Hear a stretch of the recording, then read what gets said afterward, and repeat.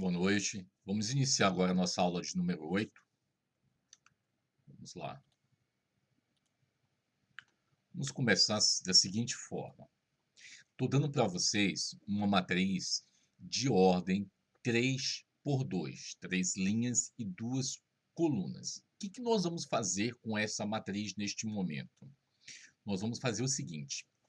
Nós vamos criar uma transformação linear de Rn em Rm. Mas quem é o N? Quem é o M? Nós já vimos na outra aula que quando a gente tem uma transformação linear desse tipo, de Rn em Rm, a matriz da transformação linear em relação a uma base e outra base é a dimensão do contradomínio pela dimensão do domínio. Como a nossa matriz é 3 por 2, nós vamos criar uma transformação linear de R2 em R3, da seguinte forma. Nós vamos simplesmente pegar a matriz 3 por 2 e multiplicar por um vetor genérico do R2, um vetor xy. Então, a nossa transformação linear leva um vetor xy do R2 num vetor do R3, que é dado por essa matriz vezes o xy. Que vetor é este? Ora, quando você multiplica a primeira linha por xy, vai dar 2x mais 9y. A segunda linha da matriz pelo xy vai dar só o x. E a terceira linha pelo xy vai dar menos 7x mais 4y. Assim, você consegue criar uma transformação linear, ok? De R2 em R3 a partir dessa matriz. Eu vou generalizar isso. Qualquer matriz que eu te der de números reais, não importa a ordem, então eu estou colocando uma ordem m por n, eu vou poder sempre criar uma transformação linear de Rn em Rm da seguinte forma, como o t leva a um vetor do Rn, x1, x2, xn, em quem? Na matriz, vezes ele em forma de matriz coluna. Ou seja, eu digo que T leva a um vetor V do Rn na matriz A vezes o vetor V. Então, T de V igual a A vezes V. Essa matriz está fixa. Com isso, eu estou dizendo para vocês o seguinte: toda matriz agora, eu posso dizer que ela, a partir dela, eu posso criar uma transformação linear. Existe sempre uma transformação linear, né, decorrente de uma matriz. Então, agora as matrizes deixam de ser simplesmente disposição de linhas e colunas e, a partir dela, eu crio uma transformação linear, sempre de um Rn em Rm, ok? Agora, vale a volta? Será que eu posso pensar isso ao contrário? Toda vez que eu tenho uma transformação linear, eu posso tirar uma matriz dela? Nós já sabemos isso. Por quê? Porque já falamos na matriz que representa, ou melhor, a matriz de uma transformação linear em relação às bases, uma base do domínio e uma base do contradomínio. Mas vamos ver isso bem detalhado agora.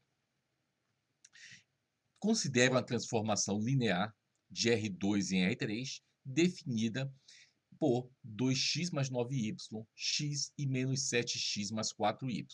Veja que é exatamente a mesma que a gente calculou em cima. Só que desta vez, alguém deu para você, no caso esse alguém sou eu, estou dando a transformação linear. Essa transformação linear que eu estou dando, ela é esta matriz vezes a matriz coluna xy, porque nós fizemos a conta nesse instante, ok? Agora, quando você calcula o t de 1, 0 e o t de 0, 1, que são os vetores da base canônica de R2, o que você encontra? Exatamente as colunas dessa matriz. Então, o t de 1, 0 dá a primeira coluna da matriz e o t de 0, 1 dá a segunda coluna da matriz. Nós já sabemos que, então, essa matriz que está aí em cima, ela é a matriz de t em relação às bases canônicas de R2 em R3, porque quando eu calculo o T da base canônica de R2, o resultado dá direto às colunas. Lembre-se que nem sempre é assim, hein? Eu tenho que escrever como combinação linear da outra base, da base beta. Como eu não precisei fazer isso, é porque eu usei a base beta como uma base canônica. Então, toda vez que eu fizer isso, dá uma transformação linear. E a matriz de T em relação às bases canônicas, no caso da do domínio e do contradomínio, isso vai sempre coincidir com a matriz que está multiplicando lá o xy direto. Então, essa matriz que multiplica o xy sempre coincide com essa matriz da transformação linear em relação às bases canônicas. Vamos generalizar? A generalização é o seguinte: dada uma matriz A define uma transformação linear de Rn em Rm, a saber, essa transformação linear. Então, a partir de uma matriz, eu tenho uma transformação linear, eu crio uma transformação linear. E a recíproca? Se eu tiver uma transformação linear de Rn em Rm, a matriz da transformação linear em relação às bases canônicas é uma matriz que faz com que o T de V dê igual a AV. Então, veja que existe uma associação aí. Toda matriz representa, eu não quero usar a palavra representa, que eu vou usar daqui a pouco, mas de toda matriz eu construo uma transformação linear T de V igual a V. E toda transformação linear de Rn em Rm, ela também é uma transformação linear do tipo T de V igual a V. Mas quem é essa matriz A? É a matriz de T em relação às bases canônicas. E neste caso, esta matriz de T em relação às bases canônicas vai se chamar, a partir de agora, a matriz que representa a transformação linear. Qual é a diferença, professor? Por quê? Eu sei que a matriz de T em relação às bases, se eu for mudar as bases, gente, essa matriz muda, né? Porque eu vou montar outras colunas diferentes. Mas, quando você usar a base canônica no domínio e a base canônica no contradomínio, então, somente quando você usar a base canônica no domínio e a base canônica no contradomínio, a gente vai dizer que essa matriz é a matriz que representa a transformação linear. Por quê? Porque a partir dela eu posso dizer que a transformação linear ela é do tipo T de V igual a AV. Se você usar uma outra base alfa ou uma outra base beta, a matriz que você vai encontrar não vai fazer com que T de V seja igual a AV. Só essa em relação às bases canônicas. Por isso que ela é chamada de matriz que representa a transformação linear. Então, não confunda. Quantas matrizes eu posso escrever da transformação linear em relação a duas bases? Quantas eu quiser, infinitas possibilidades. É só você mudar as bases. Quantas matrizes representam a transformação linear? Apenas uma matriz representa a transformação linear. É aquela quando eu uso as bases canônicas do Rn e do Rm. Ok? Muito bem. Dito isso, nós vamos definir agora o que é o determinante de um operador linear T. Então, o operador linear é uma transformação linear de um espaço nele mesmo. Como é de V em V, a dimensão do domínio é igual à dimensão do contradomínio. Assim sendo, as matrizes de T em relação a quaisquer bases que eu usar vai dar sempre uma matriz quadrada. Então, faz sentido eu falar de determinante. E eu vou definir o determinante deste operador T e vou denotar primeiramente por det de T. Então, se o operador for S, det de S. Se o operador for U, det de U. E a gente vai definir da seguinte forma. O determinante do operador linear é o determinante da matriz deste operador linear em relação às bases alfa e alfa. Ou seja, a base do domínio tem que ser a mesma base do contradomínio. Para você calcular o determinante de um operador linear, você não pode trabalhar com duas bases diferentes, uma no domínio e uma no contradomínio. Tem que usar a mesma base, ok? E que base eu vou usar? Qualquer uma. Qualquer base que você usar, você vai encontrar o mesmo resultado. Então, isso independe, não depende da base que você escolher. Escolha uma base qualquer, desde que você calcule a matriz de T em relação a essa base, tanto para o domínio como o contradomínio. Por que, professor, que não depende da base? Por que que se eu no lugar dessa base alfa usar uma outra base beta, vai dar o mesmo resultado? Vou te mostrar isso agora. Então, se você pegar 2 bases diferentes e trabalhar com uma base alfa ou trabalhar com a base beta, nós vimos na aula passada uma relação. Diga-se de passagem, foi uma daqueles completes, né, foi o da letra C, que tinha 3 espaços em branco.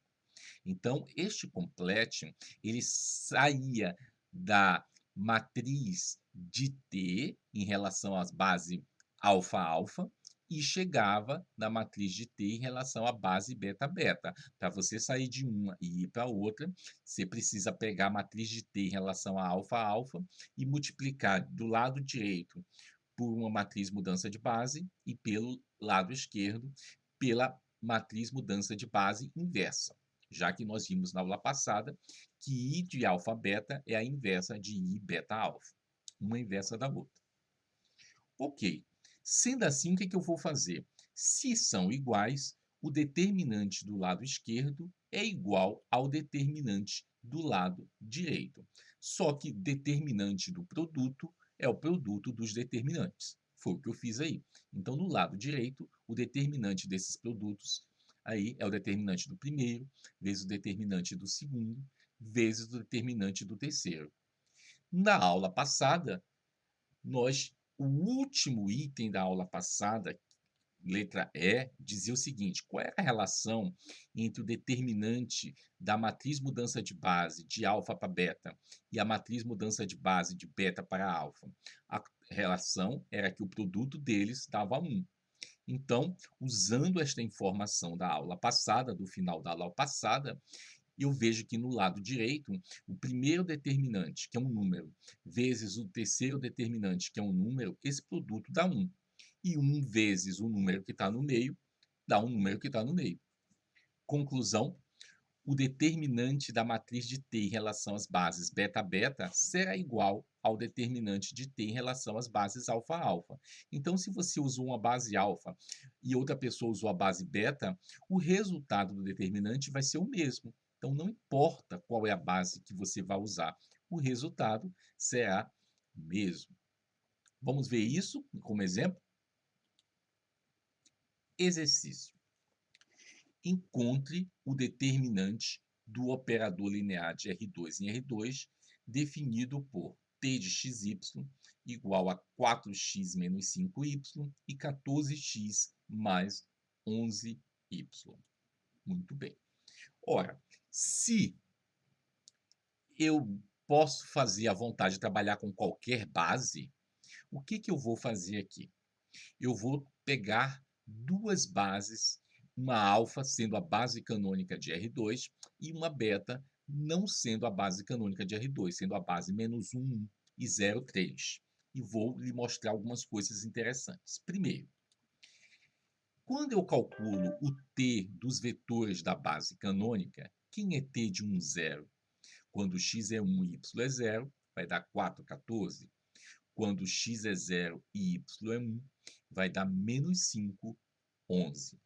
E como eu vou montar a matriz de T em relação às bases alfa e alfa, que é a base canônica de R2, o 4, 14 já vai ser a primeira coluna e o -5, 11 será a segunda coluna. Dessa forma, eu venho e calculo o determinante deste operador linear. O determinante do operador linear é o determinante da matriz de T em relação às bases alfa e alfa. E como eu vou calcular aí, vai dar o quê? 4 vezes 11, 44, menos 14 vezes menos 5, menos 70, então vai dar mais 70, e a resposta será 114. Então, se você trabalhar com a base canônica, no caso aí, desse T de R2 e R2, se você trabalhar com a base canônica de R2, a sua tarefa de achar o determinante do operador é bem simplesinha, porque você vai rapidamente achar essa matriz aí. Agora, se você pegar essa mesma questão, ok? E ao invés de você usar a base canônica, usar uma outra base, que é o que eu vou fazer agora para lhe mostrar, eu vou usar a base beta. O que eu vou fazer então? Eu tenho que calcular o t dos vetores da base beta e escrevê-los em relação à base beta. Então, quem é o t de menos 1, 1? Aí eu troco o x por menos 1 e o y por 1, encontro menos 9 e menos 3, e preciso escrever isso como combinação linear dos próprios vetores da base beta. Então, vai dar um a vezes o vetor menos 1 e um b vezes o vetor 0,3. Eu já estou colocando no slide o valor de A e B já calculado para a gente não ficar perdendo tempo com um sisteminha simplesinho. Tá? Já falamos sobre isso, vocês já sabem fazer isso, e aí você encontra os escalares como sendo 9 e menos 4. Isso quer dizer que na matriz de T em relação às bases beta e beta, a primeira coluna será 9 e menos 4. Quando você calcula o t de 0,3, o x agora é 0 e o y é 3, você vai encontrar menos 15,33. O que você vai fazer com ele? Vai escrever como combinação linear dos vetores da base beta. Então, uma constante vezes menos 1 mais uma constante vezes 0,3. Vai encontrar essas constantes e eu já botei aí o resultado. O valor da primeira constante é 15 e o valor da segunda constante é 6. Sendo assim, a segunda coluna da matriz de T em relação às bases beta e beta é a coluna 15, 6. Ora, o que eu posso fazer daí? Eu posso calcular o determinante do operador linear T, que é o determinante desta matriz. 9 vezes 6, 54, menos 4 vezes 15 é menos 60, que então vai dar mais 60, e 114 será a resposta, que foi o mesmo que deu quando você usou a base canônica.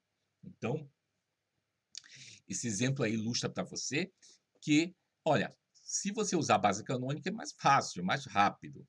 E se você usar outra base, tudo corretamente, você vai encontrar a mesma resposta, só que você vai ter mais trabalho, tá? Para encontrar a matriz. Não para encontrar o determinante, mas para encontrar a matriz, tá bom?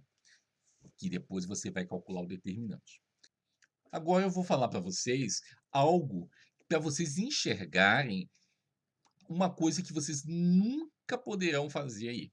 Tentar calcular o determinante do operador linear T usando bases diferentes, uma no domínio e uma no contradomínio. A definição diz que tem que usar a mesma base no domínio e contradomínio.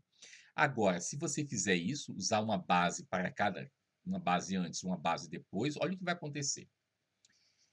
Eu venho e uso no domínio a base canônica, 1, 0 e 0, 1. Aí calculo os vetores. 4, 14, menos 5, 11.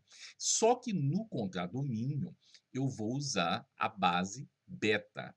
Então, eu tenho que pegar esses resultados e escrever como combinação linear da base beta, que é menos 1, 1 e 0, 3. Quando eu faço isso, no T de 1, 0, que é o 4, 14, eu encontro os escalares menos 4, 6, monto a primeira coluna, e no T de 0, 1, que é o menos 5, 11, eu encontro os escalares 5, 2 e monto a segunda coluna. Ora, esta matriz que eu encontrei aí, que é a matriz de T em relação às bases alfa e beta, se você calcular o determinante desta matriz, vai dar menos 4 vezes 2, menos 8, menos 30, que é menos 38. Esse determinante existe, é um número, tá?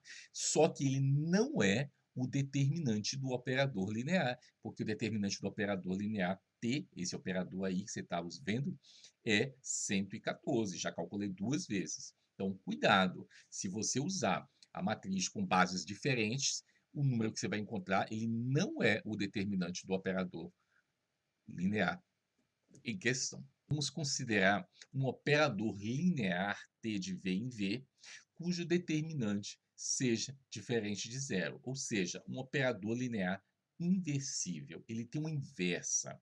Tá? No caso de uma transformação linear inversível, quer dizer que ela é bijetora, né? Bijetora quer dizer um isomorfismo. Então, se é um isomorfismo, é uma bijeção. Então, toda função bijetora, ela tem uma inversa. O fato de ser um operador linear, tá? Não quer dizer que ele é um isomorfismo, tá?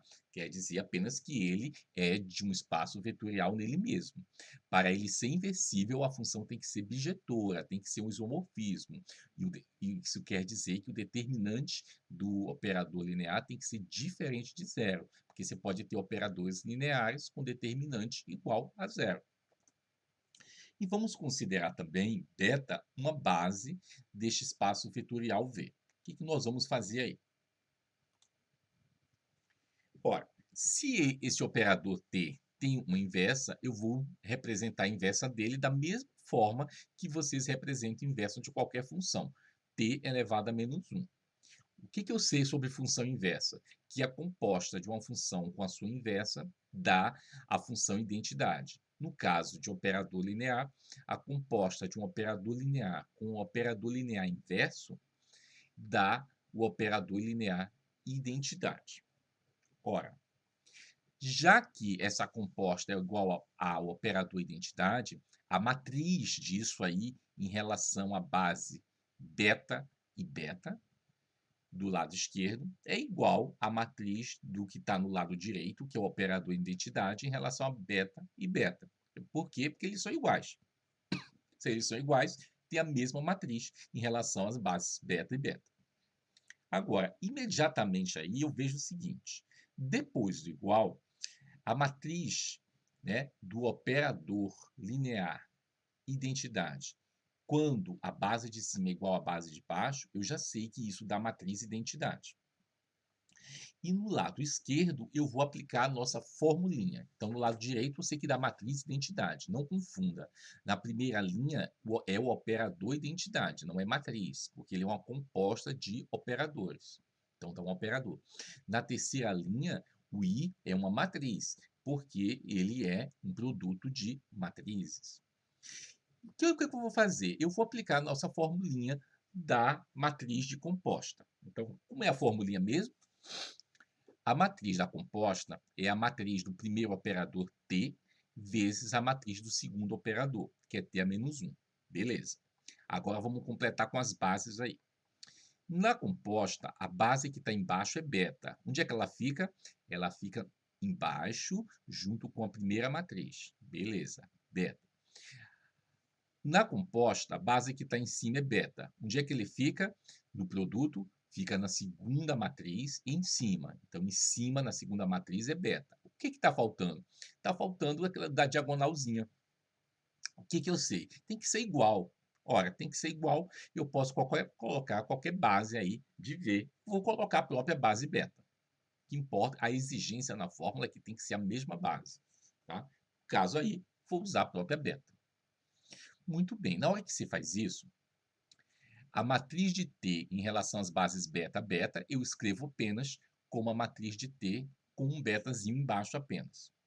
A mesma coisa com a matriz de T a menos 1, de beta, em relação às bases beta e beta, então eu escrevo apenas um beta embaixo.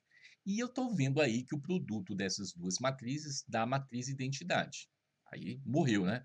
Se o produto dessas matrizes é a matriz identidade, é porque uma matriz dessa é a inversa da outra. Então, o que eu concluo aí?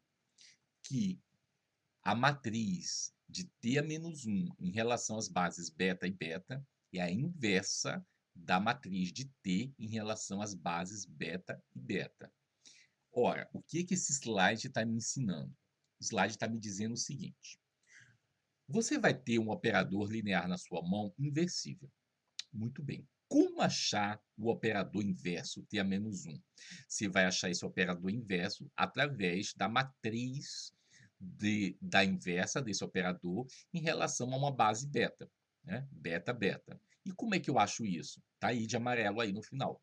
Ora, a matriz de T a menos 1 em relação às bases beta e beta, seja lá quem for, beta, é a inversa da matriz do operador T em relação a beta. Então, a matriz do operador inverso é a inversa da matriz do operador. Okay? Então, isso aí é legal. Então, veja aí que em álgebra linear 1 nós treinamos como achar a inversa de matrizes. Agora, eu estou usando essa coisa de encontrar a inversa de matrizes porque eu preciso achar o operador, né, inverso. Antes da gente fazer o exemplo para achar o T a menos 1, vou fazer um lembretezinho da álgebra linear 1. Um lembrete que é aquele lembrete de calcular rapidamente a inversa de uma matriz 2 por 2. Tá? Como é que a gente calculava rapidamente a inversa de uma matriz 2 por 2?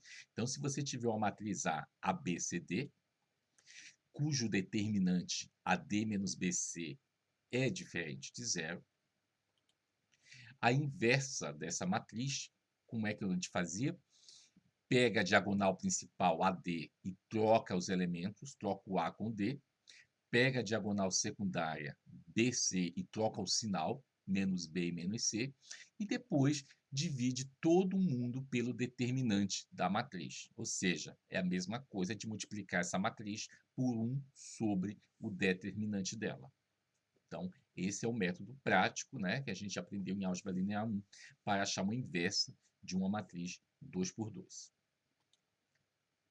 Então, fica assim, né? O D e o A se troca de lugar, o B e o C se troca de sinal e divide todo mundo pelo determinante da matriz. E você tem a inversa rapidamente de uma matriz 2 por 2. No caso de 3 por 3 por cima, vocês aprendeu a você achar a inversa. De duas formas, inclusive. Ou pega a matriz e a identidade e vai escalonando a matriz, né, até chegar à identidade, e as mesmas operações você usa lá do outro lado com a matriz identidade, e no final você vai achar a inversa. E exercício assim, final, que é o seguinte: o mesmo operador que você calculou o determinante, que deu diferente de zero, porque deu 114, eu quero agora encontrar quem é o operador inverso dele, quem é o T a menos 1. Então, como é que eu vou fazer isso? Ora, já sei que o determinante é diferente de zero e vou chamar de beta a base canônica de R2. Eu já achei a matriz de T em relação à base canônica beta. Beta? Sim, eu já achei. Quem era? Era a matriz cuja primeira coluna era 4, 14 e a segunda coluna era menos 5, 11. Encontrei isso onde? Encontrei isso no exercício anterior, ok? Então, a matriz de T em relação às bases beta, beta, canônica, já foi encontrada no exercício anterior. Que, inclusive, eu calculei o determinante disso e deu 114. Perfeito. Então, quem é a matriz do operador inverso? É a inversa desta matriz. Certinho? Então, a teoria da gente está dizendo o seguinte: olha, a matriz do operador inverso é a inversa dessa matriz. Como é que eu inverto essa matriz 2 por 2? Vai aí a dica que eu dei agora nesse instante, o método rápido de álgebra linear 1. O que eu faço? Troco a diagonal principal, os elementos de lugar, o 4 vai para o lugar do 11 e o 11 vai para o lugar do 4. A diagonal secundária muda de sinal, o menos 5 vira 5, 14 vira menos 14, e eu divido todo mundo pelo determinante que é 114. Então, olha, ficou 11 sobre 114, 5 sobre 114, menos 14 sobre 114, 4 sobre 114. Então, isso é a matriz de T a menos 1 em relação à base beta. Beleza. Agora, nós vamos para aquela tarefa. A partir da matriz, encontre quem é a transformação linear. que, diga-se de passagem, foi a mesma coisa que vocês tiveram no trabalhinho de vocês, né? Então, agora nós vamos utilizar a nossa formulinha que relaciona as coordenadas de t a menos 1 de xy com o vetor, com as coordenadas do vetor xy. E vou trabalhar nesta fórmula em todos os lugares que eu puder botar uma base, eu vou usar a mesma base, porque eu estou trabalhando com operador linear. Então, eu posso usar a mesma base de um lado e do outro, e onde eu puder botar, vou botar a base beta.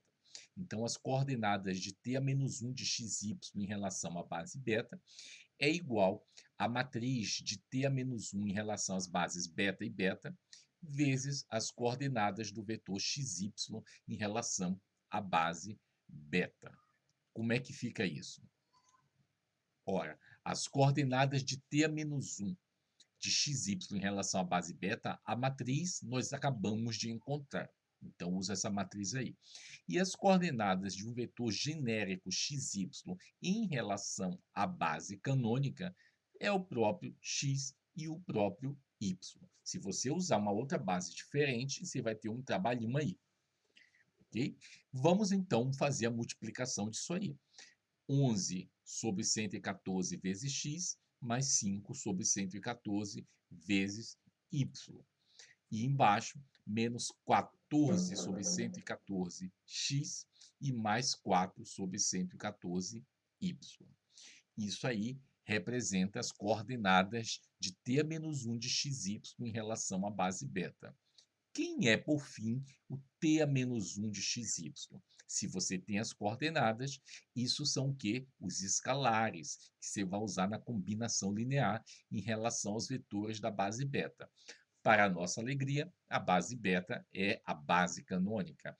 Então, vai ser a primeiro escalar aí, vezes 1, 0, mais o segundo escalar, vezes 0, 1. E isso não tem o que fazer. Vai dar t a menos 1 de xy, as componentes aí vão coincidir com as coordenadas. Por quê? Porque você está usando a base beta como sendo a base canônica. Então, tem muita facilidade quando você usa a base canônica. O t a menos 1 de xy fica um trabalho razoavelmente fácil. A dificuldade aí maior é no caso aí de achar a inversa da matriz, né? No caso de ordem maior, né? 3 por 3 em diante. 2 por 2 também não tem dificuldade. E dessa forma, então, nós encontramos o t a menos 1 de xy. Bom, e aí a gente encerra essa parte aí da matéria com com o encontro, né, do operador inverso, tá bom? E fechamos, então, essa lista de exercícios número 1.